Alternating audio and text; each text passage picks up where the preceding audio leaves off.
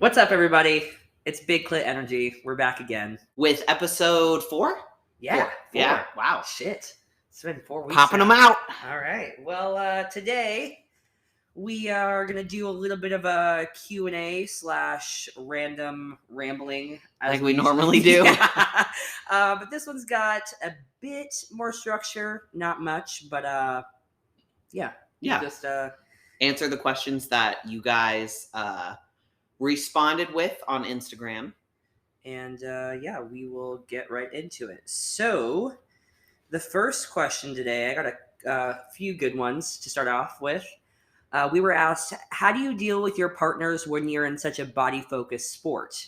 I'm assuming this person's partner isn't, or whatever. Okay. They said, this is my first relationship with a man. This is my first relationship with a man that is so enthralled with the fitness world, and I struggle as a beginner. So her partner's more into the world. She's just beginning. Okay. She struggles listening to him talk about other women's physiques, etc., and comparing herself to his Instagram feed of fitness influencers. And another question, do our partners ever fuck up and make us feel insecure, or is that just a personal issue? Okay, so I'm guessing what she's saying is like, he's been in the fitness industry a while, and he probably follows a bunch of like fit girls, and it's like, look at her quads, look at her, so maybe it's not necessarily like, oh, she's so hot, and more so just like physique admiration. I'm guessing that's what she's saying. I mean, personally, that isn't something that I truly struggle with Jason, just because like, I mean, he doesn't really get impressed by women, to be honest. He doesn't really, and when he does, it's strictly a physique like critique or admiration. So when he's hot. Right. Like, so when he's like, damn, look at her fucking, like, she's shredded, or she's fucking huge, and like that, it doesn't bother me because I know it's not a sexual thing. Even though I know Jason likes bigger women, he's not sexualizing her physique when he says those type of things. Would it bother you if he did say those types of things? It wouldn't. I tell him when I think a dude's hot, I'm like, this guy's sexy as fuck. Or, like, or I'll even ask him, I'm like, you think she's hot? Or whatever, and I think it's just because I trust Jason so much that like, plus it's social media. So it's like all a highlight reel. They don't look like that all the time. No. Like, I could post a photo where I look fucking like, I posted a little like reel the other day where, I look pretty fucking good. But did I look like that later in the day? No. My heels in? No. Absolutely not. Oh, I think I saw that post. That shit popped off. I saw it. By the way, if you guys hear any snorts in the background, that's my dog Bruno. He decided that he could not live without me for an hour with a little bit of yogurt on the whispers. He just had his dinner. But I don't know. I feel like that it's a very loaded question. Yeah, it is. Because I feel like you're like the woman in question who asked this, like you're in a tough spot because this is something completely new to you. Like you haven't been in this world like your partner has. That's true. So to say it without better words, like you probably look vastly different than the woman that he's looking at on Instagram who are well established in the sport of their respective discipline, whatever.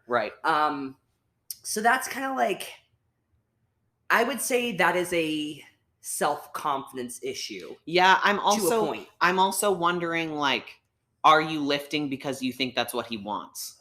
You know what I mean? Like there's so much that goes into this question that it's like, if you don't want to look like that, but you are specifically trying to be what he wants, I don't think that's really like a healthy relationship with lifting in general. You know what I mean? Exactly. Because you're not doing it for yourself. You're doing it for somebody else. Exactly. And I feel like also too, like if it's just in passing, like him just looking at what's on his feed or whatever.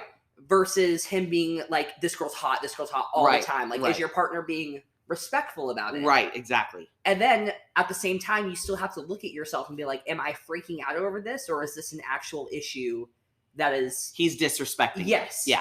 Exactly. Because there's a difference. There's a difference. And I think it really comes down to the types of comments that are being made. Like, is it just like strictly a from an athletic perspective? Yeah. Or is it from a sexualizing the woman he's looking at perspective? Yeah. And if he is sexualizing the woman, then he needs to work on that. And that's not necessarily something that she is doing wrong. Yeah. You know what I mean? Yeah. Because, like, even when Jason or I say, like, someone is attractive or someone is hot, like, it's not an everyday occurrence. Yeah. Like, or it it's doesn't literally go further than that. No, it's literally like, oh, this person's hot. Yeah, And then like, oh, I that's move cool. on with my fucking day. Exactly. Yeah, you know, so I think that there's just so much that goes into this question that I don't really know how to answer it because I don't know the exact situation. You know what I mean? Yeah. But it all comes down to, like, is your partner being respectful? Yep. Is this coming from a deep-seated insecurity of yours or Right. past trauma within another relationship Right. that you were previously in? Mm. And yeah, Yeah. there's a lot of factors that go into that, and I think it's up to you to identify to the core what that is. Right. Absolutely. So, yeah, I hope that helps a little bit. Yeah. If this person is, still listening and wants to talk about it further, both of our DMs are open. Always open. Yeah. So, second question: how old is too old for bodybuilding and powerlifting to get started? And be good at?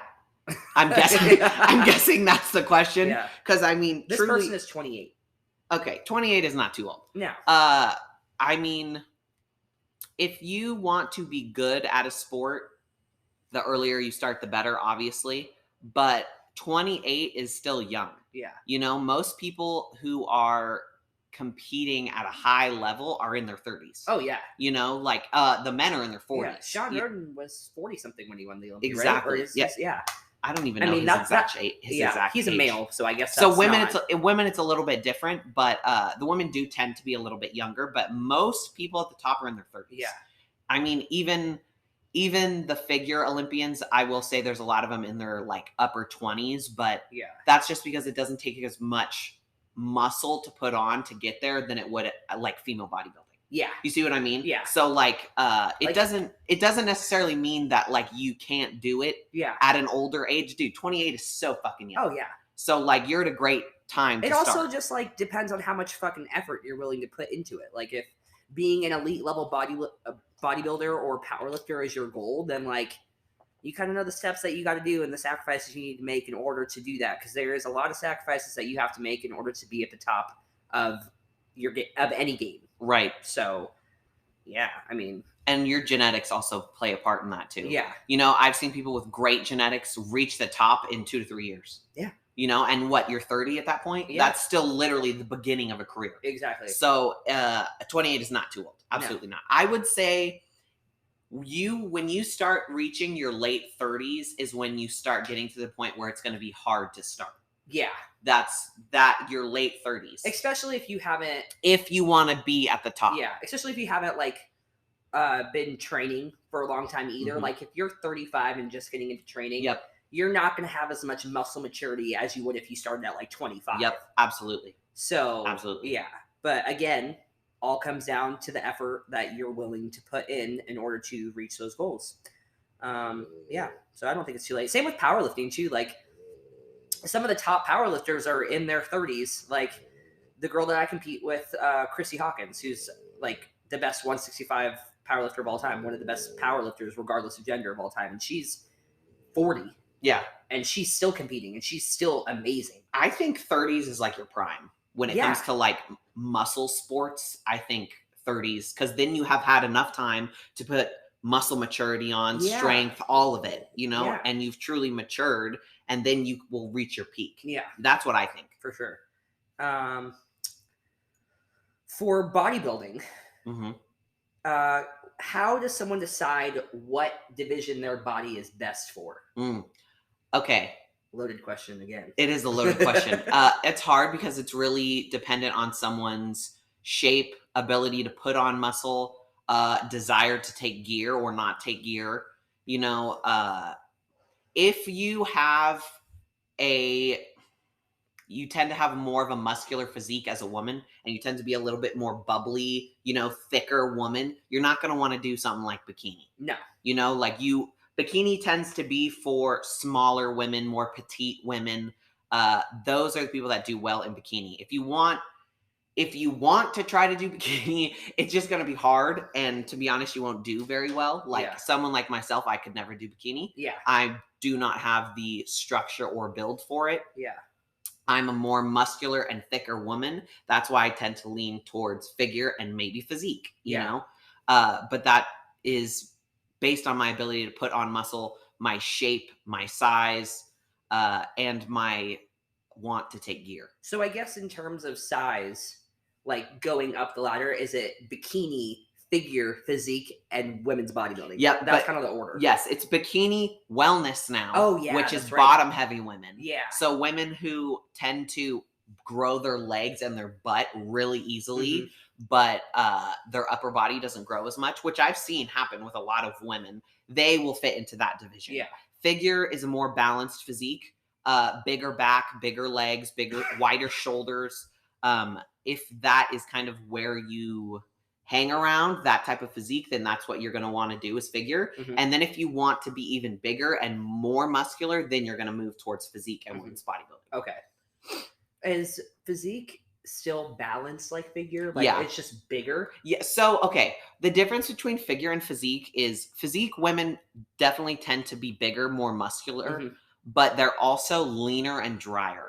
Okay. So, like, if you were to look at a figure woman on stage and a physique woman on stage, a physique woman should have more striations, more veins, drier looking, you know, be able to see more muscle. Yeah.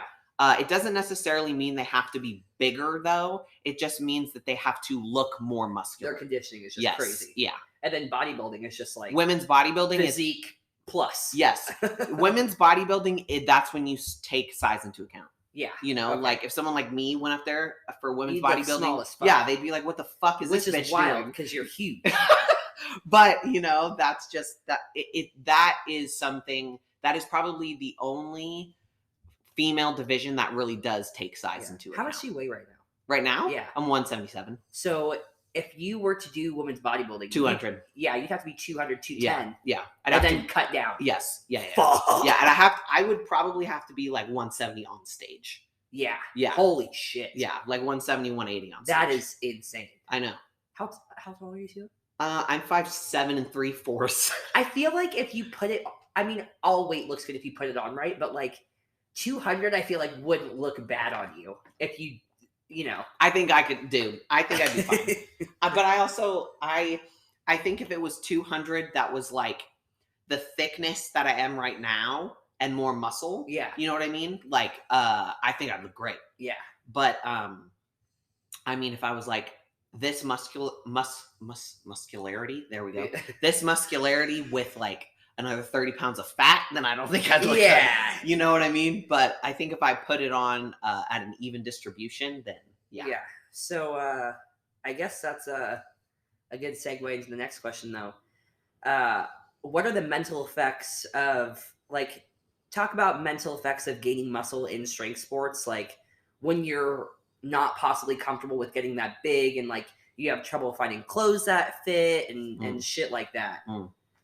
You want to take that one? Yeah. I have never been a petite woman.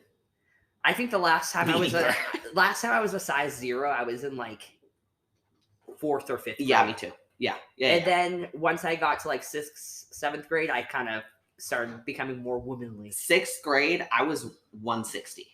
Damn. I just remember. I'm a big bitch. I remember I was like a size 7 or 8 in like 8th grade. Yeah. So, you know, I was, you know. Yep. I'm not, I guess, I'm bigger now, but like my size 7, 8 that I normally wear in jeans now is much different from when I was, you know, middle school. I'm a size 13. No way. Yeah. Holy shit. When I buy jeans, it's a 13. Damn. I'm a big bitch. You are a big bitch.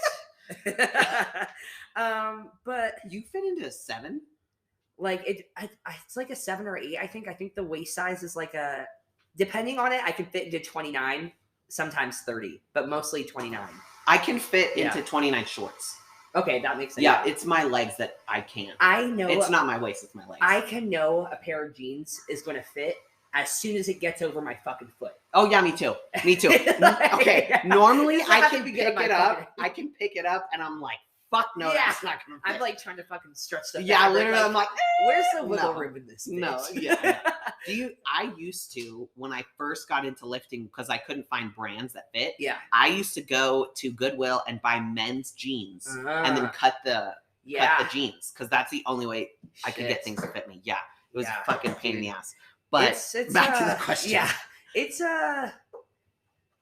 I think the big turning point for me was like realizing that I love strength sports and lifting weights way more than I do about how, like, what size I am. You know, like I still struggle with it a little bit. Like, it was just about it was less than a year ago that I finally accepted the fact that I am no longer a medium in bottoms, you know, like shorts and shit like I'm an extra large, because I was like, I get it. Yeah, I was like, I'm running these mediums until the fucking wheels fall off. Yep. And then I put on these pair of shorts one day, and I still refuse to retire them because they're still my favorite shorts ever. And whatever. I like looked in the mirror one day. I was like, this is not going to cut it. Yep.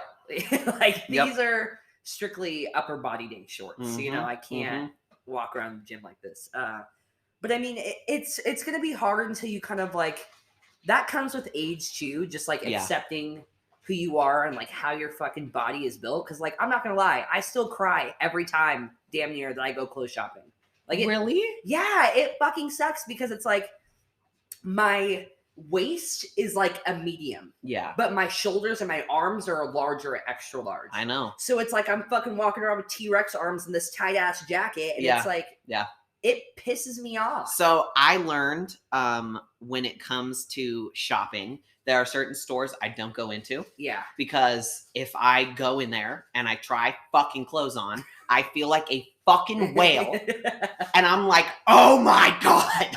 I'm like, everything is fucking like 3 sizes too small. I get a large. Where were these clothes made? Fucking literally. I get a large and it's literally like a small. Yeah. And I'm like, okay, bitch, who the fuck fits in this? Who realistically, who fits in this? Like, I still shop at Forever 21. I love Forever 21. But I have to be very selective about the type of material it is. Oh, yeah. I also, the Forever 21, their jackets, I go to the plus size department. Yes. I shopped in the plus size. Yeah, because, okay, come on. No. So I also normally don't buy sleeved things. Yeah. If you notice, I don't really wear a lot of sleeved things. I fucking was at our gym, Dragon's Lair, and I bought a medium shirt thinking, was that the one that you posted today? Yes. Thinking a male size medium is going to fit me and it'll be good. Fuck no, that shit was way too small. I put it on, I wore it to the gym, and I'm like, Jesus, I'm suffocating in this thing. Yeah, it's, see, I'm the opposite. I like now that I'm a little bit leaner. Yeah. I don't mind wearing tank tops, but I prefer wearing t-shirts because I'm so wide and tank tops are a little bit smaller on me just naturally. That little fat pouch between your boob and like your shoulder. Yes. Every time I see that, and I'm like, it's pretty much my pec muscle. No, it is. You know, like it's not like fat, but I see it and I hate it. I get it. And I'll never get rid of it. I see it. Well, it's your fucking tit. I know. Too. So I like try to like make my sports bra wider. So that's what I do. That's what I do. That's why I pull it up like that. And I'm like, all right, little booby. Yeah. Then I'm like, all right, now I'm fucking Delta popping. Yeah, literally. But yeah, you'll accept it with time. And if it's something that you really aren't willing to deal with, train differently. Yeah. I mean, it's also, I think, what you're looking at, who you surround yourself with can have an effect on the way you view yourself. Yes. You know, so like I surround myself with like big bitches. Yeah. You know, like that's what I like to be around. That's who I am. Yeah. If I'm surrounded by a bunch of really tiny girls, obviously, like I'm going to be sitting there like, fuck, like I'm at a place and I'm uncomfortable. Yeah, you're fucking Shrek. Yes, exactly. I'm Shrek with a bunch of Fionas. Yeah. You know? So it's like fuck. But when I surround myself with nothing but muscular people, I fit in beautifully. Yes. I still feel feminine. I think I'm fine. Yeah, you know? Exactly. So I also make sure that I put myself in situations that I'm going to be okay in. Yeah. You know what I mean? And if I am around quote unquote normal people, it's all people that like the way that I look or supportive of my goals. So it's people that like will, if a comment is made or something, has my back. Yeah. You know what I mean? So I also don't look at shit online that makes me feel bad about myself. Yeah. Like I stopped doing that a long time ago. Yeah. You know, because there's literally no point for me to do That's one thing I started doing recently on social media is like, if it doesn't serve me in any way or I don't care about what you're doing, I started unfollowing people and pages and like my life has gotten infinitely better and I'm less angry by seeing stupid shit. It's like, you don't fucking owe these people a follow if you don't give a fuck. Dude, the second I see someone post dramatic shit, like drama-based shit and like arguing, I unfollow immediately. Yeah. I'm like, I do not even want to waste my time looking at this shit. And if I look at someone, I don't anymore because I'm very confident in myself, but if I used to look at someone and it would make me feel bad about myself, I'd unfollow them too. Yeah.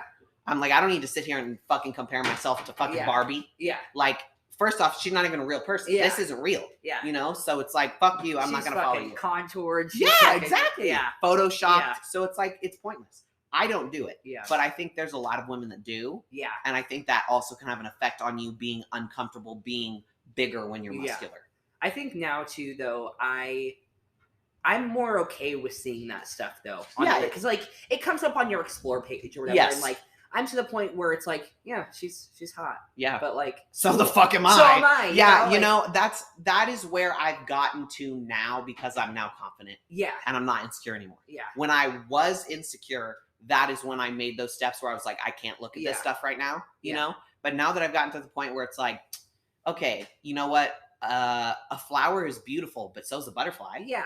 It's just pretty in a different way. Yeah, no, exactly. Acknowledging that someone else looks good. Yes. She's a hot bitch. Yeah. I'm a hot bitch too. Yeah, exactly. You know? And you know what? Someone, even though you think this person is the prettiest person in the world, you're going to find someone that's like, ugh. Yeah. You know? Exactly. So it's like, you're not going to be everyone's cup of tea. Nah. And I sure as fuck, I'm not. I'm not. So I get it. You know? But, I mean, it also helps for me that the smaller women that used to make me insecure, my husband doesn't like those women. So like, I would show him like, she's so pretty. He's like, ew, she's so skinny. And I'm like, that's right. Yeah. One thing too that helped me as well is like accepting that I'm bigger is like lots of smaller women have come up to me in the gym and are like, I wish I had your legs. Oh yeah, me too, all the time. Yeah. All the time. And it's like we said in the episode before, like someone's always going to want something that they don't have. Yep, yeah, always. It's like always. I could have, maybe I want blonde hair. Yeah. But if I fucking get blonde hair, I'm now you don't want it anymore. Something different. Yeah. Because take it from someone who's had every single hair color. Yeah. So I mean, it all comes down to like, what are you willing to sacrifice or become comfortable with in order to do the thing that you love? Yeah. Absolutely. Because, you know, it's enjoying what you do is more important than a number on a scale or the size of your fucking waist or jeans or whatever the fuck. Yeah. Whatever. And embracing who you are. Too. Yeah. Like you can't change your fucking like the way you're built. No, it's just not going to happen. You can get a fucking BBL, I guess, or whatever, or like stop training and let your muscles atrophy, but I don't think that's going to be very fun for you. And remember, we're all beautiful in our differences. Yeah. There is no one specific thing that is beautiful. Exactly. So, next question. What will life look like for you both health-wise once you're no longer competing, such as hormones and stuff? I'll let you take this away. I already have hormonal issues, and it has nothing to do with bodybuilding. I had it long before I started bodybuilding. I have PCOS, so that's something I have to deal with every single day. And is something that I'm going to have to deal with after bodybuilding.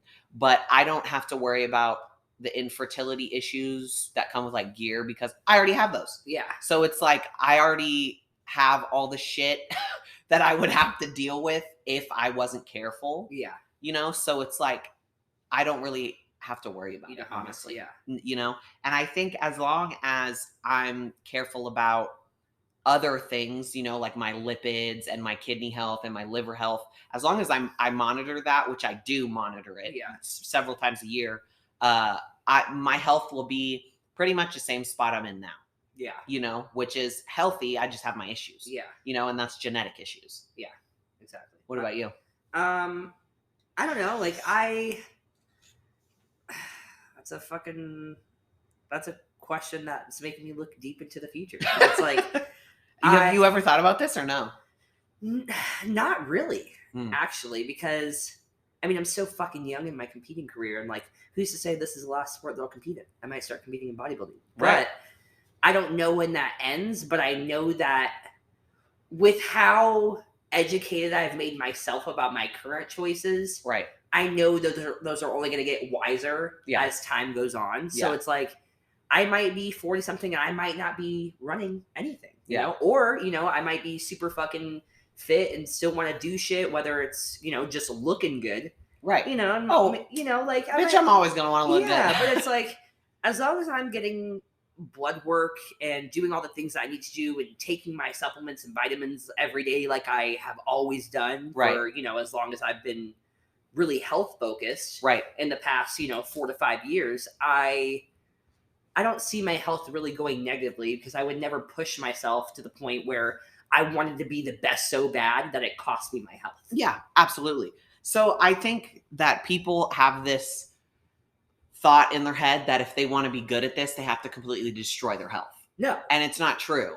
If you do this correctly, your health is going to be fine. I mean, sure, maybe you'll have like a few joint issues from lifting or whatever, you know, but not anything serious. You know, if you are getting to the point where your health is on the back burner because of whatever sport you're competing in, you're doing it wrong. Yeah. Your health should be number one. And at that point, are you really enjoying what you're doing? Obviously not. If your fucking health is if you're not shit, even taking care of yourself, what are you doing this for? Literally. Especially if this is all in the name of, you know, under the branch of fitness. You're not taking care of the fucking one thing that is making you go. Yeah, literally. Like, how are you going to compete if you're dead? Exactly. I said that in like, I think our first podcast. Yeah. So it's health should always be number one. Yeah, exactly. Like I'll never push myself to the point where I don't think I can recover from anything, or that I have fucking heart issues from shit, or you know, like, I mean, come on, and that's just stupid. Yeah, and that goes back to the fucking. We're always circling back to episodes because I feel like we always talk about this shit, but like, that is your responsibility as the person who is either taking something or doing a sport. That is up to you to educate yourself on the risk and reward and what you're willing and not willing to do. Absolutely. It is 100% your responsibility. It's not your coach's responsibility. It is your responsibility. Yeah. And your coach should help guide you. Yes. But ultimately, you hire some random person from the fucking internet. And you're literally going to 100% put your health into your hands. Mm-hmm. I'm sorry, but you're a fucking idiot if you do that. Yeah.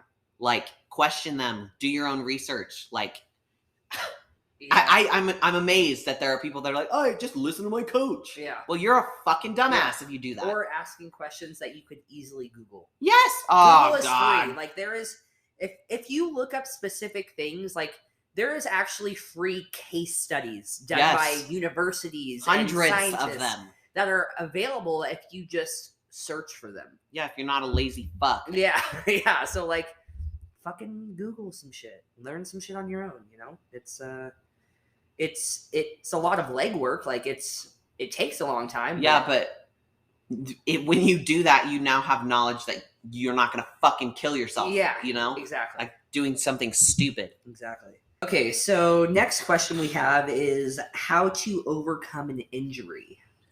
Oof. Depends on the strength of the injury, how bad it was. But I've had shoulder surgery myself, and that was a total fucking bitch to deal with. Recovery was fucking terrible. But I think the most important thing when you have an injury is do the fucking exercises that the physical therapist gives you, even though they're shit and they're terrible little band fucking workouts. They suck. They absolutely suck. But they strengthen your tendons. They strengthen all those tiny little groups that, you know, you normally like neglect. Yeah. They're important and you should do them. Also, don't push yourself too quickly. Bruno. Don't push yourself too quickly and re-injure yourself. That is an issue. Sorry, my dog is just like jumping right in front of the camera. Bruno. Are you gonna sit? You a camera honk? Okay, good boy. Good boy. Make sure you're healed before you try to go and lift heavy again. Because I've seen people re-injure themselves trying to push back and go to the weight that they were lifting before they're even healed. You need to humble yourself. Yeah, you do. Yeah. You really do for a few weeks, maybe a few months, depending on how bad your injury is. Yeah, definitely. I guess I had one kind of more major injury when I was like 19 maybe or so. I had a slipped disc in my L5 that I had to get a injection in my fucking spine for because the pain was just like miserable. Was it what type of injection? Was it like a cortisone? Cortisone? Yeah. Dude, that fucking needle in my spine to numb it first. Oh my God. I mean, I'll be prepared if I ever have an epidural. Fuck, that sounds terrible. It was so piercing and sharp, and oh my God, I felt like my spine was splitting in half. But like, do the physical therapy shit. Like, if you're educated enough, or if you are around individuals who are educated enough, ask them as well. Obviously, consult with your doctor or PT before, but like, there's lots of other shit that you could do. Like, for my, I guess, back injury, you could say, like, I did extra core work. Like, I went out on my own. Besides the PT shit that I was doing, I would go to the gym even when I couldn't do much. Right. And I would just sit there and I would do planks. I would do crunches. I would do little body weight stuff that I knew wouldn't, like, aggravate me, but would give me some sort of stimulus. Right. Like, and I feel like women are a bit more smart about this than men, because like Joe, he broke his fucking arm, but like a few weeks later he went and squatted with the SSB like 905 with a fucking arm cast on, like an idiot. Wow. It was after surgery actually. So So that's that pushing, trying to go back to where you were before you're ready shit I was just talking about. Yeah, exactly. And it depends on what injury it is, like, did you tear a quad? Did you fucking slip a disc? Right. Did you strain something? You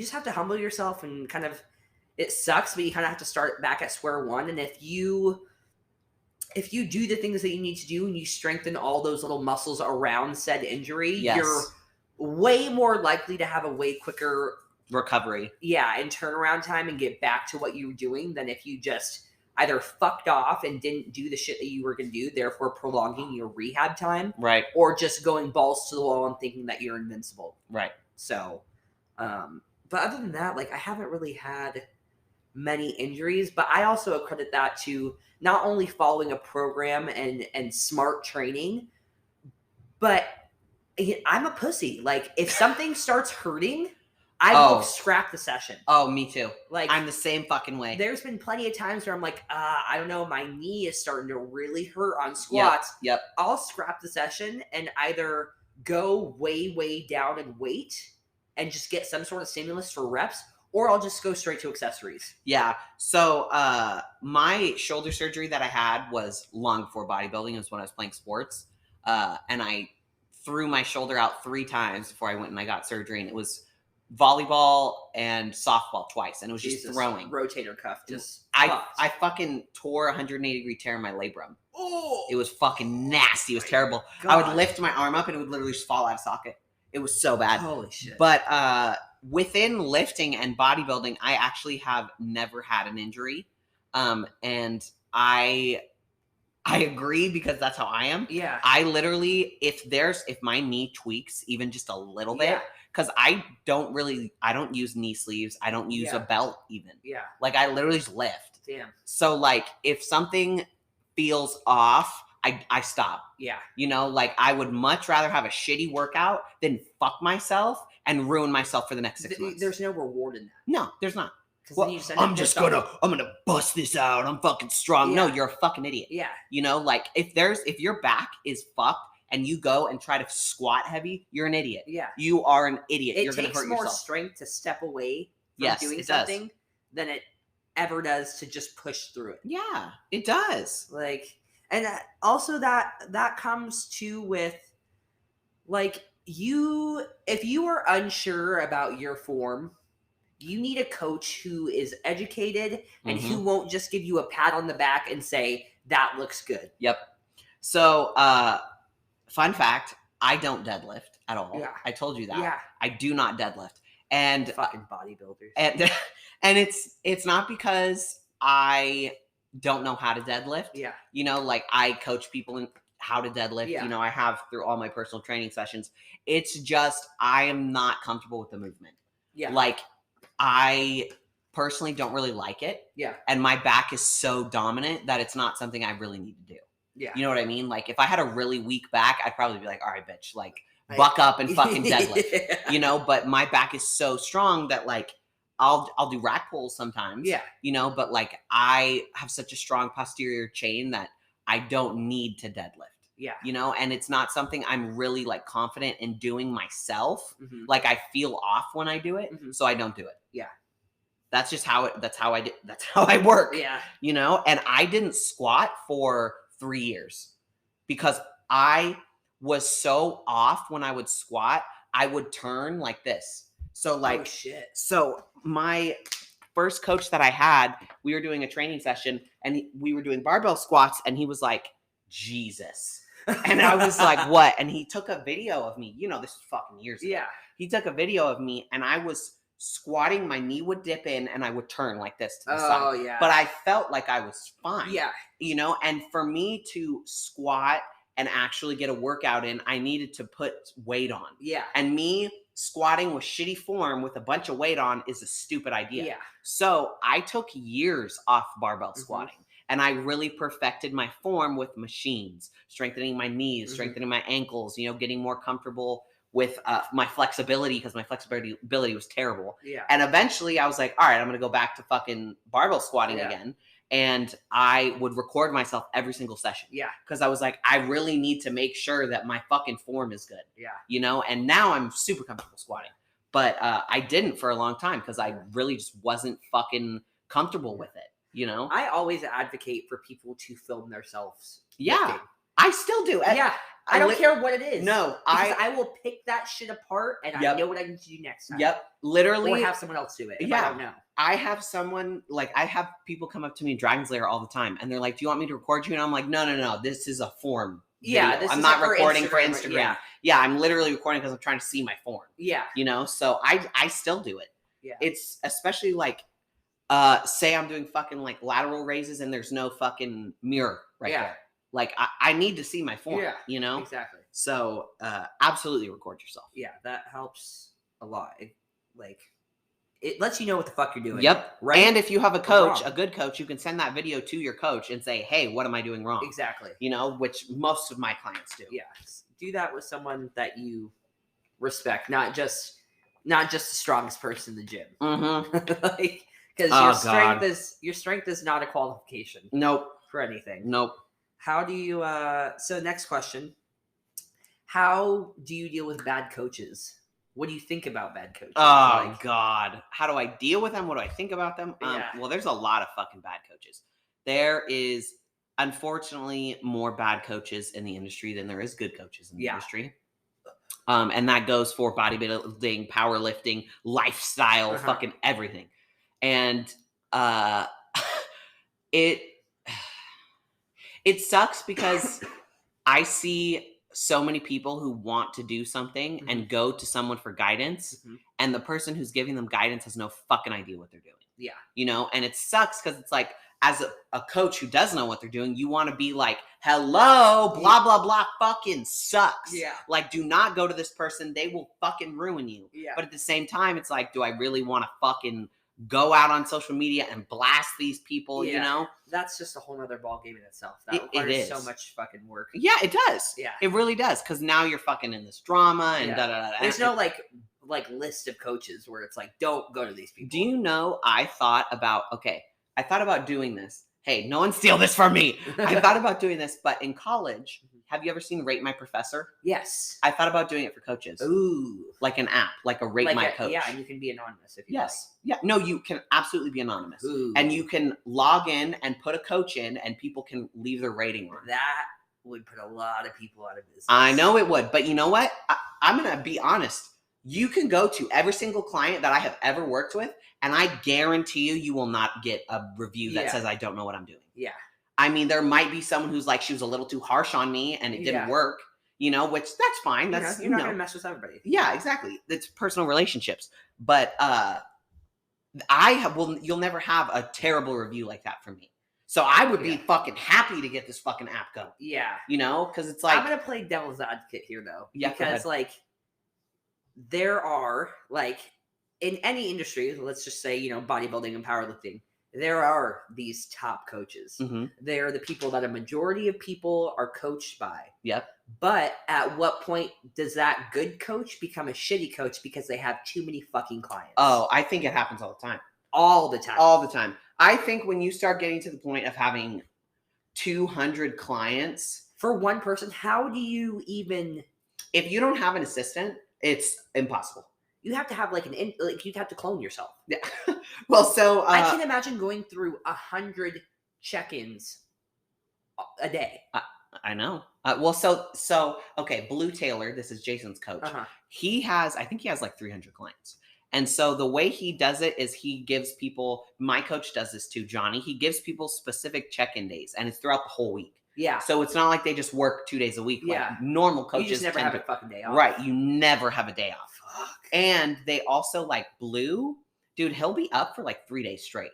Like he stays fucking up until everything gets done. I'm money motivated, obviously, but Not I don't like that. I would I'm not money motivated. I don't want to have that many clients to where I don't have a life. I choose what I do because I can make my own schedule. Yes. And if I got to a point where I wasn't able to have a personal life, where I was always worried about my clients, it wouldn't be fun to me anymore. Right. Okay. So you do this because it allows you to live the life that you want. Yes. That's why I do it. Yeah. I coach. One, I love coaching. Yes. But it's also a job that allows me to be a bodybuilder, and it allows me to have freedom in my life. Having your own business allows you to have freedom. Yeah. I don't care if I'm a millionaire. Yeah. I really don't. Yeah. Do I want to be a millionaire? Yeah. Duh. Everyone does. As long as I can buy the things that I want and do the things that I want to do when I want to do it, I'm happy. Look, okay, I'm an athlete. Yeah. First and foremost, I am an athlete. Yes. I'm not a businesswoman. Yeah. Am I a businesswoman? Yes. Yeah. But the first hat that I put on in the morning is an athlete. Yes. So that's the first thing I think about. Exactly. What time am I going to train? I got to get my meals. Exactly. In, shit. So yes. That will always be the number one important thing in my life in terms of goals and stuff. Obviously, my marriage. Yeah. But you know what I mean? Like that's my personal goal. That is the number one thing. Is I am an athlete. Yeah. And I am a businesswoman, so I can be an athlete. Yes. Does that make sense? Exactly. Yeah. Like I can train at any time that I want to. Right. But like I can go out. Like today, I spent $300 on a fucking rug, and I can do that because like I'm living the life I want to live. And once it gets to the point where it's like I don't have anything to do besides train and fucking check in with clients, it's like that sounds miserable to me. That's why I will always have a cap on my clients, or like just now I have a hold on any new clients right now because I am focusing on my meat. Yeah. And once my meat is done, then I will reopen my books. Yeah. But like, oh yeah. I literally important. tell my clients when I'm competing not to check in. Yeah. I'm like, do not check in this week. I won't look at it. Yeah. Unless you are on prep. If you're a lifestyle person, don't check in with me. Yeah. If you're on prep, I will answer your check-in when the show is over. Yes. But for the most part, if you're just fucking like a lifestyle person, bro, you're good with 1 week not checking in with me. Yeah. Unless it's an emergency, obviously. Obviously, like, yeah. There's like nuances. Yes, to it and yeah. Shit like that. It's not always one rule. But I think the problem with a lot of these coaches is they are so money motivated. That's the only thing they care about. Yeah. They care about the fancy cars. Yep. They care about the fucking stupid chains. They image. care about... No, it is. It's all about their image. Yeah. And they neglect their clients because the only thing they truly care about is themselves. Yeah. I see it all the fucking time. Yeah, it's the materialistic part of it. Yeah. And I'm sorry, but I'm really not a materialistic person. Yeah. I am not. I like to have nice things, but like... I like a nice house. Yeah, I would That's what I rather like. take a trip somewhere than buy a yeah. bag. Oh, yeah. Oh, dude. Yeah. I'd rather go out and have a fucking table with my friends and twerk on fucking Shack than fucking go buy a Louis Vuitton bag. I'll go on DHgate for that. Yeah. I'll get my little $40 fake Prada purse. Watch out. And be at the goddamn table with my bottles and my friends. Yep, exactly. Yeah. And you know what? You're going to be walking around broke because you spent all your money on your fucking purse that you couldn't afford. So now you can't get the table. Yeah. Yeah, no, I agree. I like to spend money on experiences, memories. Yes. Yeah, things I can look back at. Yes. And I don't care what I'm wearing. Yeah. I'm wearing Sheen, bitch. Yeah. And it was $2. And I'm going to throw that shit away in 6 months and buy a new wardrobe. Exactly. And you know what? I still look hot as fuck. Exactly. That shit's going to go out of style at some point. Exactly. You know, obviously, I would like to buy myself. I would like to be in a position to where, like, if I really wanted a bag and it was like a timeless classic piece that wouldn't go out of style or something like that. Yeah. Yeah. I want to do that. I mean, I think I don't really like talking about finances too much, but I think I'm at a point where if I did want a bag, I could go buy it and it wouldn't be an issue for me. Yeah. I'd be like, oh, cool. I just bought this fucking bag. Yeah. But the thing is like, I don't want to do that. Yeah. Like I don't. There's also that panic where it's like, fuck, I just spent $2,000 on one item. Yeah, I know. Fuck. I know. Yeah. I know. And I think, honestly, what I really want to do, and the thing that I want to spend a lot of money on in the future, is I want to buy Jason his dream car. Oh. I know. What's his dream car? Well, he wants a McLaren. Fuck! I know, but he comes out with like, oh, this car is cool, this car is cool. I would really love to buy him a McLaren, but I don't know. We'll see. Bitch, you got to get 200 clients. I know. Okay. Like, well, but you know, how much are those? Aren't those like yes, 100,000? Yes. They're stupid. They're stupid. But if I have multiple businesses going, and I have passive income, then things like that can happen. Yeah. Exactly. So it's all about the passive income. Yes. Yeah, because then you can live the life that you want. Yeah. Exactly. Yeah. All right. I think we got off topic with bad coaches, but bad coaches fucking suck. Like, there's a lot of them. My biggest advice for finding a coach is, one, talk to the coach, but also talk to their clients and their ex-clients. Yes. That's what I've done. Yeah. Every coach I've ever had, I have spoken to multiple of their clients and multiple of people who don't work with them anymore. Yeah. And anyone who wants to sign up with me, I tell them, talk to my clients, talk to my ex-clients, ask me any questions. Yeah. Coaches should be open and to showing you their clients. Yes. Because if they're not, something's wrong. Yeah. Something's fishy. Okay. I'm going to just say that. Yeah. If you're giving this person, 100, 2, 3, sometimes even up to like fucking $700 a month, depending on what you're doing. Yep. You want to know? Do your research. Yeah. You want to know that money is going to good use. Fucking $300 is a goddamn car payment. Yeah. It is. On the low end. It is. And also, as we were talking about earlier with responsibility, of taking the time to learn things for yourself, the reason you do that is so if your coach that you hired, the random person off the internet, does something that you don't agree with, already first and foremost, that was the wrong decision. Yeah. You know what I mean? Like, say I hire a coach who puts me on fucking testosterone and tren, right? Yeah. 10 weeks out from my show. Yeah. I'm like, what the fuck is this? I'm like, yo, I'm not doing this. Yeah. And that's because I did the research to understand this isn't something I should be doing. Yeah. But if you don't do that and you just trust your coach, how are you going to know? I think also a quality of a good coach from a bad coach is that if you ask questions, they will not be annoyed and they will give you a straight answer. Yes. Because if they're dancing around shit or even can't admit that they don't know something. Oh, yeah. Which I think is huge because I've said to clients that I don't know something. Me too. And either I ask somebody else, I research it myself, and I come back with an answer. Yep. There have been a few times where someone has asked me something, like just somewhere like at a left park something. And I'm like, you know what? I don't really know. Yeah. And I'm like, you know what? Let me do some research. Let me get back to you. Or let me talk to someone and then I'll get back to you. I have way more respect for someone that does that than someone that pulls something out of their ass. Absolutely. Absolutely. Yeah. Even if if I ask my coach a question, and my coach is supposed to be one of the best in the world, and he was like, you know what? I don't know that. Let me get back to you. Yeah. I'd be like, fuck yeah. Yeah. Thank you. Instead of sitting here trying to pull something out of your ass and give me the wrong answer. Yeah. Exactly.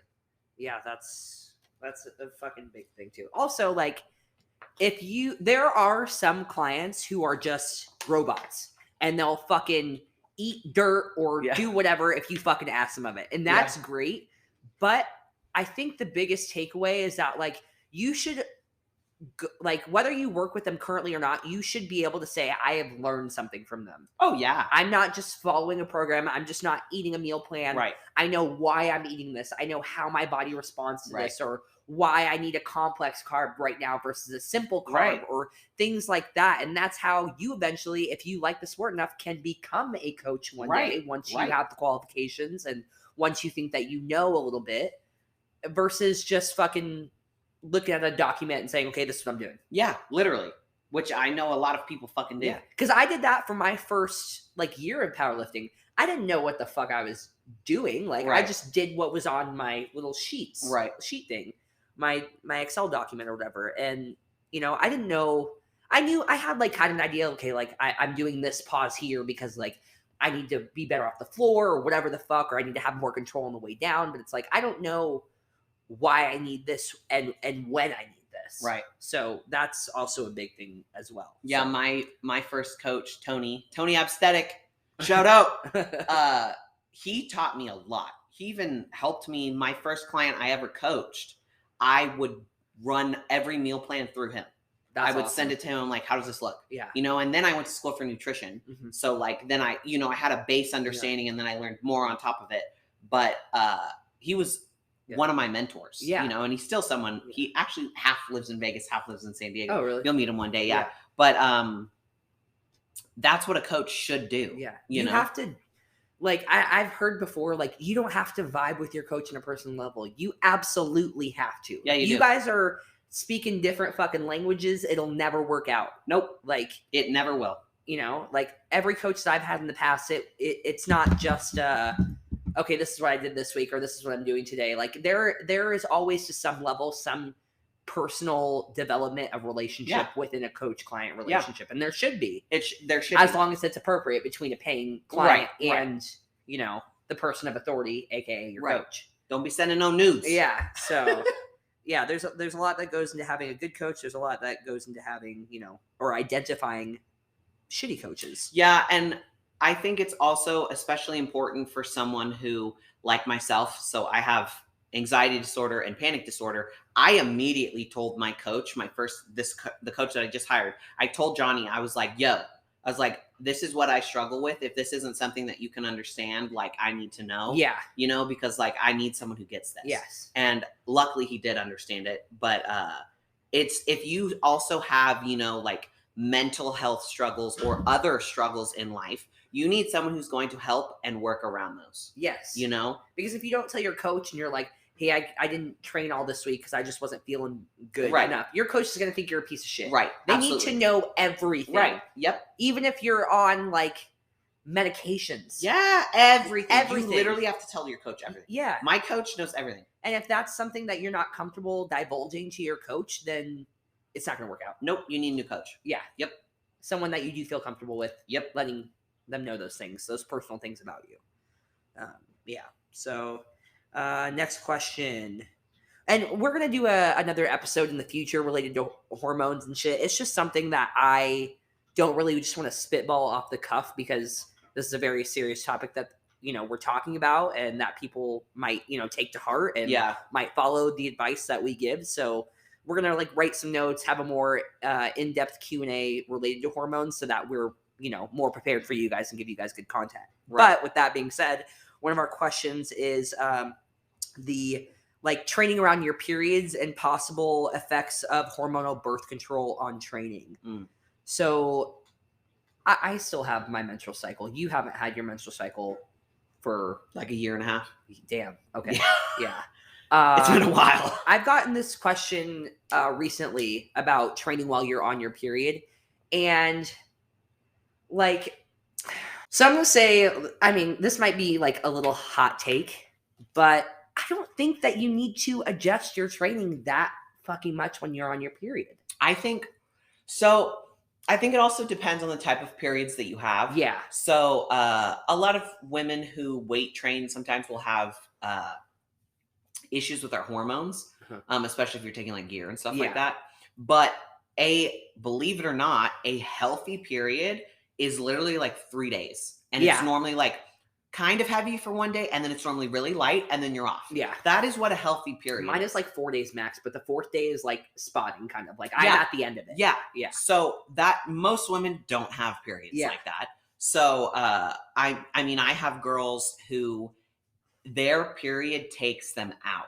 Yeah. Like they're like, I can't get off the couch. Yeah. Like, and I get it. I used to be that way actually. Yeah. So you know what's interesting? I got the copper IUD, so the non-hormonal one. Yeah. And the side effects were like, you're going to have more painful periods, like your flow is going to be heavier.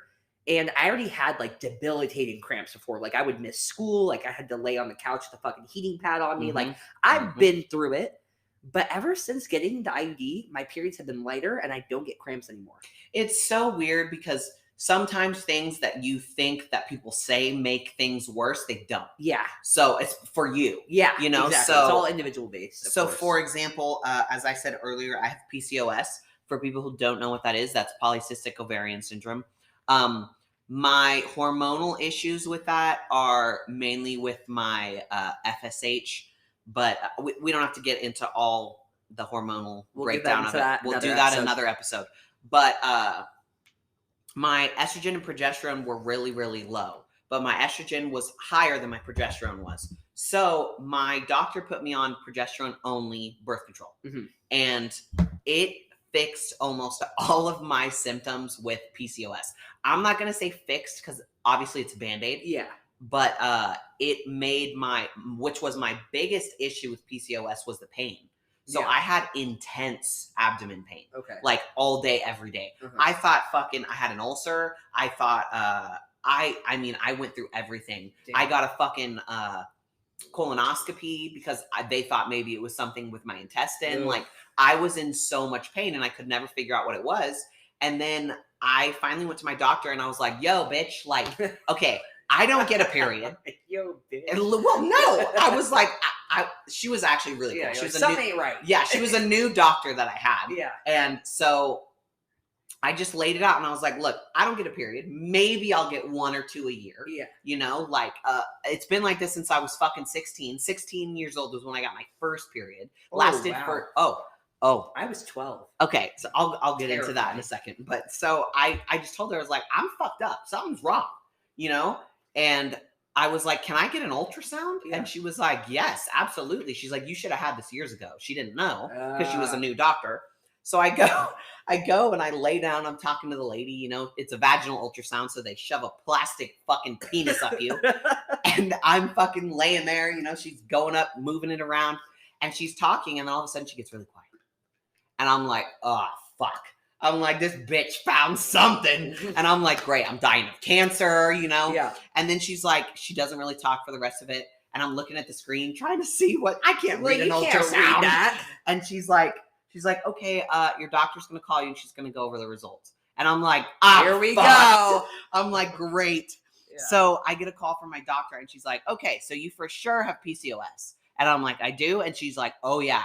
So apparently I have these tiny little baby cysts all over my ovaries, all over my uterus, all over all of my reproductive organs. Damn. So the cysts also grow on your fallopian tubes, which are tiny little tubes. So apparently what the pain that I was experiencing was the cysts were growing and blocking the tubes. So when an egg tried to drop from my ovaries, the eggs couldn't push through. So I have like... They're building up. Yes. They stopped counting at 12. So I have way more than 12. Like they were like, you have tons of eggs stuck in your fallopian tubes. Wow. So that's why when I say I have infertility issues, I mean, my shit is not getting pregnant. Yeah. I can't even get an egg down there. Yeah. So they put me on the progesterone to stop me from ovulating, to try to stop the eggs from dropping. Yeah. To stop the buildup of the eggs. Yeah. So that was the point of me getting on the progesterone. Would you have to get like surgery to get those out? I'm not sure. I don't really know. I didn't really go in depth with it because I don't want children. Yeah. So I was like, I don't really give a fuck, you know? But I don't really know what would have to happen in order for me to like try to become fertile. I also have PCS, which is pelvic congestion syndrome. So, you know, varicose veins, I have them all over my uterus. Wow. So I don't get blood flow, a lot of blood flow to them. So that's what I mean when I say like I'm really like inhospitable. Yeah. Like it would be really, really hard for me to have a baby in there. Yeah. With a lack of blood flow, and I can't even get a fucking egg down there. Yeah. So it's a fucking mess. It's a complete mess. But my periods, when I first got my period, I was 16 and I had it for 6 months. Woo. Every day for 6 fucking months. And I would bleed. I mean, I was totally anemic. And I literally went to the doctor, and this was that first doctor I had who was terrible. And I told her, I'm like, I'm bleeding every day. Like, I mean, I had to leave school at times. I was bleeding so much. Yeah. And I'm like, this isn't okay. Something's wrong. And she's like, oh no, it's just because you're an athlete and your body's trying to regulate itself. No. I was like, bitch. I'm like, fuck no. Yeah. And then I didn't have it for 3 months, and then I had it again for another 3 months. Jesus. And so I was like, all right, yo, like this is fucked. Like something's wrong. So I went back and I was trying to do research, and they're like, and then they told me, they were like, okay, well, if we put you on birth control, this was a combo pill, so estrogen and progesterone, it'll help regulate your cycle. Because they all just said it was me and my cycle trying to regulate. So I got on the birth control. Trash. It made me gave me cellulite all over my fucking legs. It was terrible. And I wasn't really a fan of it. I didn't really like it. Yeah. You know, I still didn't get a normal period. Yeah. And after like 8 months on it, I was like, this is trash. I'm not taking this shit. And I got off it. And then I literally didn't take any type of birth control until they gave me the progesterone. But that has a specific reason for me. Yeah. I don't like hormonal birth control. I'm not a fan. I'm not a fan. I think there's too many variables that can happen with birth control, especially being an athlete. Okay, well, okay, think about it this way. As a male, okay, when you take a hormone, an exogenous hormone that was not made in your body, and you put it in your body, what happens to your natural test? It drops. It goes down because you're getting it externally. Yeah. What do you think is happening with birth control? Because your body's like, I don't need to produce this anymore. No. I'm getting it. What? Yeah. You think birth control is different? It's not. Yeah. You're taking estrogen and then you're taking progesterone.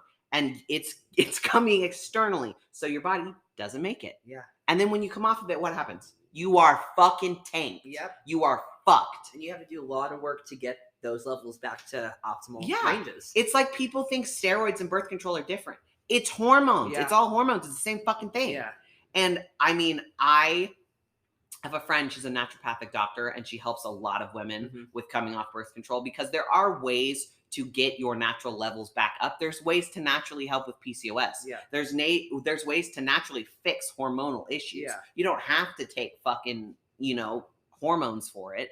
But the issue is so many women don't understand this. Yeah. They don't get it. They just think, oh, it's birth control. Yeah. I'm taking this so I don't get pregnant. Yeah. They don't realize, like, no, you're taking hormones that are going to stop you from making hormones that may fuck you for the rest of your life. I would highly recommend, well, one, you should be doing this anyway, but if you're not on hormonal birth control or you want to get off of it, there are so many apps on your phone. I use one to track my period. It's called Flow. This is not sponsored, but if you want to slide us some money, I have clients who track their periods. Yeah. Track when you're fucking ovulating. Like, get a good so you can possibly avoid pregnancy or look into non-hormonal birth control options. Like if you are sexually active and you don't want to deal with the risk of getting pregnant. Like, I don't, unless it's for something like, like your PCOS or shit. That's right. I just don't like hormonal birth control. I'm not a fan. So personally, get off that shit. If you are a normal quote unquote woman who does not have any hormonal issues, taking a hormonal birth control is going to do nothing but negative things for you. Yeah. It is not going to do anything good. Because I never really took the pill. I got prescribed the pill. Yeah. And I took it for like 3 days and I would always forget to take it because I just I couldn't do it. Like, yeah. I wouldn't have it fucking with me, even if I set an alarm on my phone or some shit. Like, I'm not one to carry a purse, so I fucking carry around my phone and it has a wallet built into it. Yeah. And all I have is my ID and my debit card. Yeah. But I was on the Depot shot, which I think is banned in Europe. Oh, shit. Yeah. Oh, I think it is. Yeah. Because it decreases your fucking bone density. Doesn't surprise me. And it's a shot that you get in like your hip area. Decreases your bone density. So it's got to be something with calcium. Something. Yeah. Yeah.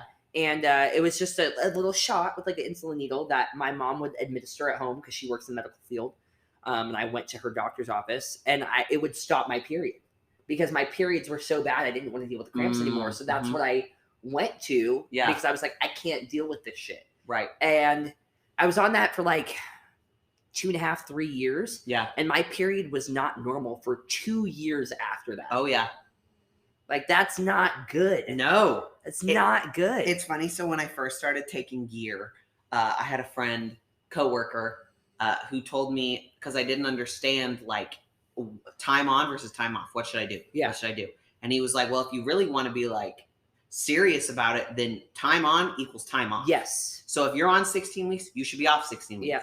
If you're on 2 years, it's going to take 2 years to fix. Yeah. So it makes sense that it took that long. Yeah. Yeah. It was a long fucking, because it's like I would have my period and I'd have it a week later, and then I wouldn't have it, and then I'd have it for a week straight. Oh, fuck. So it was like really, I never knew when it would happen. Yeah. And my cramps kind of alleviated a little bit to where it's like, you know, when you're like about to get your period, you're like, you kind of feel it a few days before, and you're like, oh, I'm feeling a little bit like I know it's probably coming on soon. I wouldn't get that.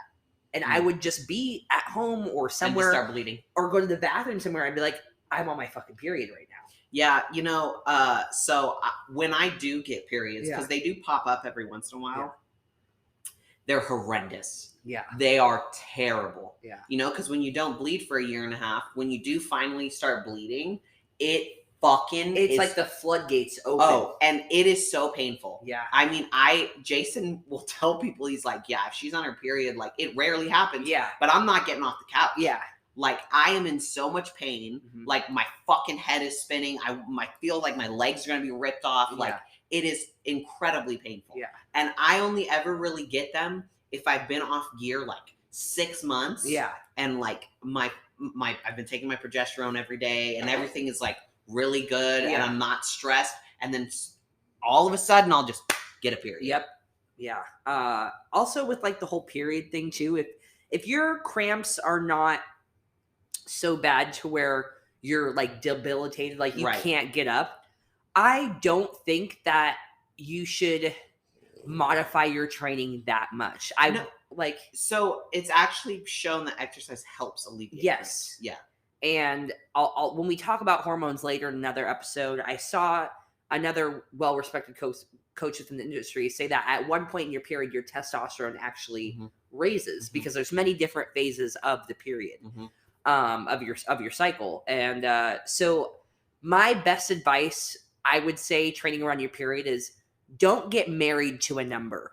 Oftentimes with powerlifting, I mean, even bodybuilding too, you have like this linear progression or percentages or whatever that you go by. Right. I would say if you have a great understanding of RPE or RIR, whatever you want to call it, reps in reserve, whatever, I would say go off of the prescribed RPE of that day. So let's say that you were supposed to hit 80% for a triple and it's supposed to be RPE 7, out of, whatever. I would just say work up to what you think is an RPE 7, Yep. Like, and that you need to have a good understanding of your own training. Your coach needs to have a good understanding of your training and how you respond and what weights will be heavy to you, and kind of take the data from the last few weeks and things like that and kind of create a trend to where about where you will fall. But like, even if, let's say I'm on my period and I had to do 30 to 50 pounds less than what my prescribed weight was that day, I'm still going to go hard as fuck on my accessories. There's many other ways that you can make up the loss of effort, the planned effort that you were supposed to do later on that day. Yep. So, it doesn't have to be I have my period and I have to stay home. Yeah. It doesn't have to be like that. Yeah. It's not a fucking like death sentence on your training for that, specific day. So just like fucking work around it. See how you feel. So yeah. Let's go to the last question of today. This is also going to be another planned episode that we have of its own, and it's regarding mental health. So this person wants to know, how do you deal with mental health effects on yourself when you're in strength sports, like coping tools in order to, get yourself to keep going, get yourself in the gym? What if you have an anxiety or a panic attack within the gym? Or like, how do we kind of overcome those obstacles when it comes to training? Okay, so it's not training that's causing the anxiety. It's like just outside shit, depression, okay, whatever the fuck, you know. So for those that don't know, I have general anxiety disorder and panic disorder. So this is a everyday fucking occurrence for me. So I have had panic attacks in the gym. I've had panic attacks in the parking lot. I've had panic attacks trying to just fucking leave the house to go to the gym. You're like, I'm fighting for my life. Literally, like you think this is some fucking mediocre shit. It's not. Yeah. But so I know firsthand how absolutely debilitating they can be and how fucking terrible they are. I don't wish a true panic or anxiety attack, because there's a difference between an anxiety attack and a panic attack. And if you are having panic attacks, I truly fucking feel for you. And I'm so fucking sorry, because I know how it feels. And I don't wish that on my worst fucking enemy. But I have learned through therapy, which I talked about in our last episode. I've been in therapy for almost 2 years now. I go every week. And it is something that has helped me a lot in learning how to cope with my panic and learning how to cope with my anxiety. And anyone who tells you that anxiety can be cured, I'm sorry, but they're wrong. You can't, someone who has a disorder, like a legit anxiety disorder, you cannot cure it. It does not work that way. Yeah. Anyone who says, buy my book, it'll cure your anxiety. You cannot cure anxiety. It just tells you how to fucking deal with it better. Yeah, you just have to learn how to cope with it. Yeah. And like I said, for someone who literally deals with it every fucking day, you have to learn what coping strategies work for you. For me personally, I talk to myself. I literally it can't be in my head. I have to physically say things out loud. Like, I'm like, okay, Chandler, like, you have to realize, like, your thoughts are not reality. Yeah. Like, when you start panicking, for me, I will start like, I'm going to do this. I'm going to die. Because I have many like triggers. I have a lot of triggers. And I have to realize that my panic isn't reality. So my thoughts that are fucking, I don't know, let's say Jason leaves the house, right? And I'm like, fuck, Jason's going to get in a fucking car accident. This is the last time I'm going to see him. What if he fucking dies? You know, and I can get myself worked up. Yeah. I have to take a step back and go, okay, yo, Chandler, that is not real. That is you freaking out. And take a few deep breaths and realize that your fear is not going to control your life. Just because you're fearful it's going to happen doesn't mean it is actually going to happen. Because 99% of the shit that we freak out about doesn't happen. Yeah. So it's like we're freaking out about shit that hasn't even happened yet. Exactly. Yeah. That's literally what anxiety and panic is. Yeah. It's literally you're freaking out about the future. Me every day. Yeah. Every second. And it does a lot of the time come from past traumas. And learning how to heal those traumas and deal with the emotions that have been set so deep inside of you that it's fucking hard to deal with. Yeah. When you learn how to deal with that, that is when you can really start like understanding yourself and learning how to cope. Yeah. So it's mainly about coping mechanisms. Yeah. Because like I said, you can't cure it. It's not something that's going to be cured. But it's finding coping mechanisms that are going to be productive to helping the situation. Not to just forget about it or put it to the wayside. Drugs, alcohol. It's going to be there when you're sober. Yes. Or whatever. I didn't drink for 2 years. Wow. Yeah. When we moved here is when I first started being able to drink again. Because my anxiety was so bad that anytime I would do anything that would alter my state of mind, it would freak me out. Yeah. I'd lose my shit. Because you're not in control. Yeah, exactly. Yeah. Because I would feel like I'm not in control. I am not in the driver's seat. Yes, literally. Yeah. And there's a lot of people that it's the exact opposite. When they have anxiety, they tend to steer towards, smoking or drinking or drugs or, medication. And it just was the exact opposite for me. Yeah. I couldn't do those things. Yeah. So now that I can drink, it's actually like a really big thing for me because I'm like, fuck, like I'm in a good enough headspace to where I am able to enjoy going out and getting fucked up with you, and having a good time because I feel safe enough to have a good time.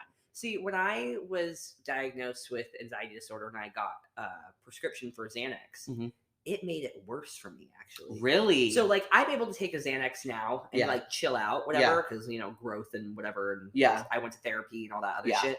But it still made me feel like I wasn't in control because I was so, like, zonked out and kind of just, like going through the motions. And it was like. How much were you taking? It was, like, a small dose. Yeah. It was probably, like. I don't know what the fucking doses are now. I don't take any prescriptions anymore, but so my prescription that they originally gave me was 1 milligram. I only ever took half. I think mine was like a half milligram or something like that. Yeah.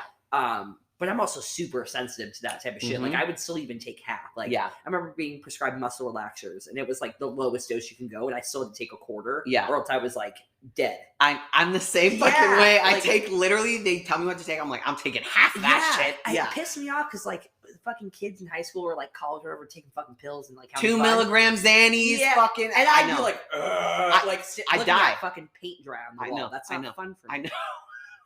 So it's like, you know. I know. But yeah, it made me feel like I just wasn't myself. Like I'm not in the driver's seat still. So it's like now I'm in the fucking trunk. Yeah. Like, I have no idea what's going on. Like I can't like cognitively think. Like it was a really weird. That was also a really fucking weird time in my life. Being 16 to 19 was like it was a lot for me. Yeah, growing up. But yeah, I went to therapy. I'm not in therapy now. I need to start looking for a therapist to see out here, though. Also, a cool resource if you guys don't have health insurance. There's a website called Open Path, and it's like $59 for a lifetime membership, and you have access to like a huge list of all these therapists in your area for discounted rates. Oh, wow. So you can find someone who's like 40 or 50 or 60 a session. And some of them too are still like students, like they're about to graduate. So they still have qualifications and experience in like therapy with individuals. But it's just a lot less costly. Money. So check out that website if you need help with that type of shit. It's awesome. There's also like, I'm sure you guys can look up a bunch of offices in your area too that have student like therapists that are about to complete their graduation and whatnot. So finding the right therapist is important. It is really important. And it can be hard because I went to my doctor several times. I got prescribed medication, took the medication, was fucking terrible. It was bucyrapine. And it's not an antidepressant, it's an anti-anxiety. Okay. And it made my anxiety way worse. Had one of the worst panic attacks I've ever had, which I will tell that story on our mental health episode. But then I got prescribed Xanax, and Xanax works really well for me. Yeah. I take it very rarely. I only ever really take it when I travel. Yeah. And I got prescribed it after I got into a car accident, and I couldn't calm down for a week. Damn. I was disassociative for a full week. Damn. So for those that don't know what that is, it's like it's literally like you kind of feel like you're in a dream. You literally like don't really have any emotion. You aren't really feel attachment to anything. You kind of just feel like a zombie.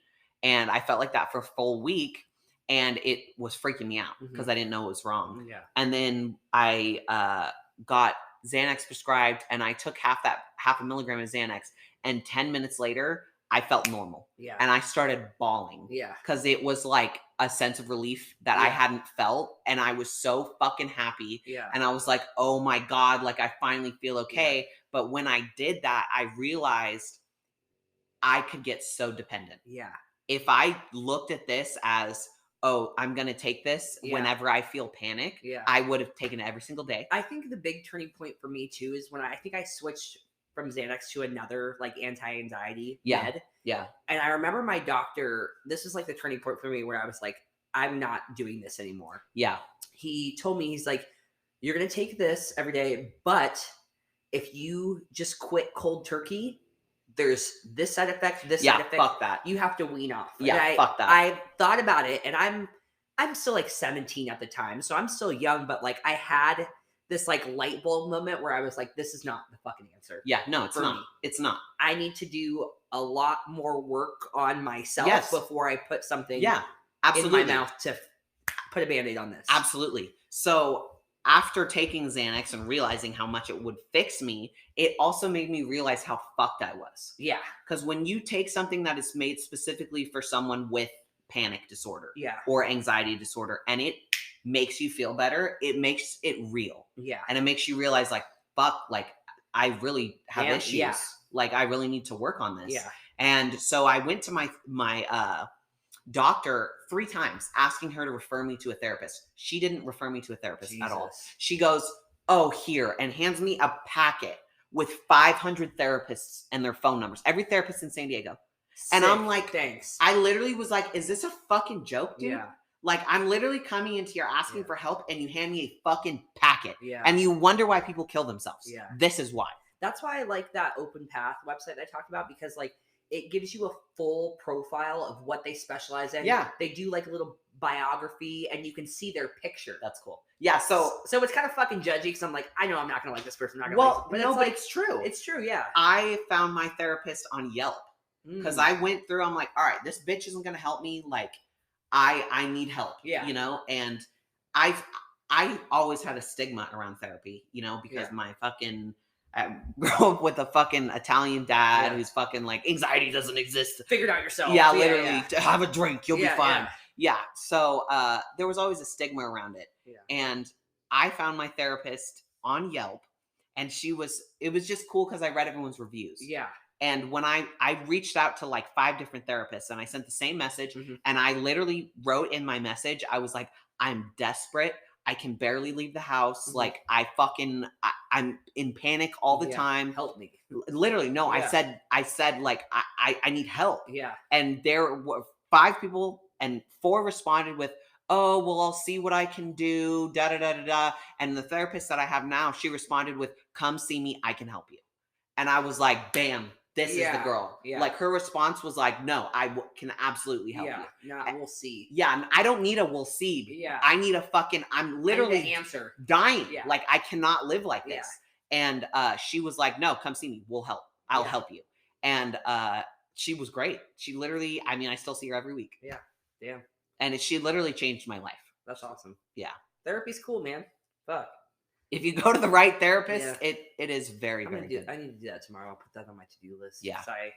And it's like, it's not that anything needs to be inherently wrong either. It's just like fucking an oil change for your goddamn car. I always thought of it as like, I go to the gym for my body. Why wouldn't I go to a professional for my brain? Yeah. You hire a trainer to tell you what to fucking eat and do. Yeah. Why wouldn't I hire someone who specializes in psychology to tell me how to think and how to fucking guide myself? Yeah. You know? Exactly. Fucking, that was good. Yeah. Thanks. Well, fuck, guys. That wraps up our fourth episode. So, let us know how you guys like it. Both of our DMs are always open. Let us know if there's any other topics that you guys want us to cover, any Q&As that we will do in the future. We'll both post in our stories the little question box so you can say what's up and all that shit. So, That's it. Thanks for listening, guys.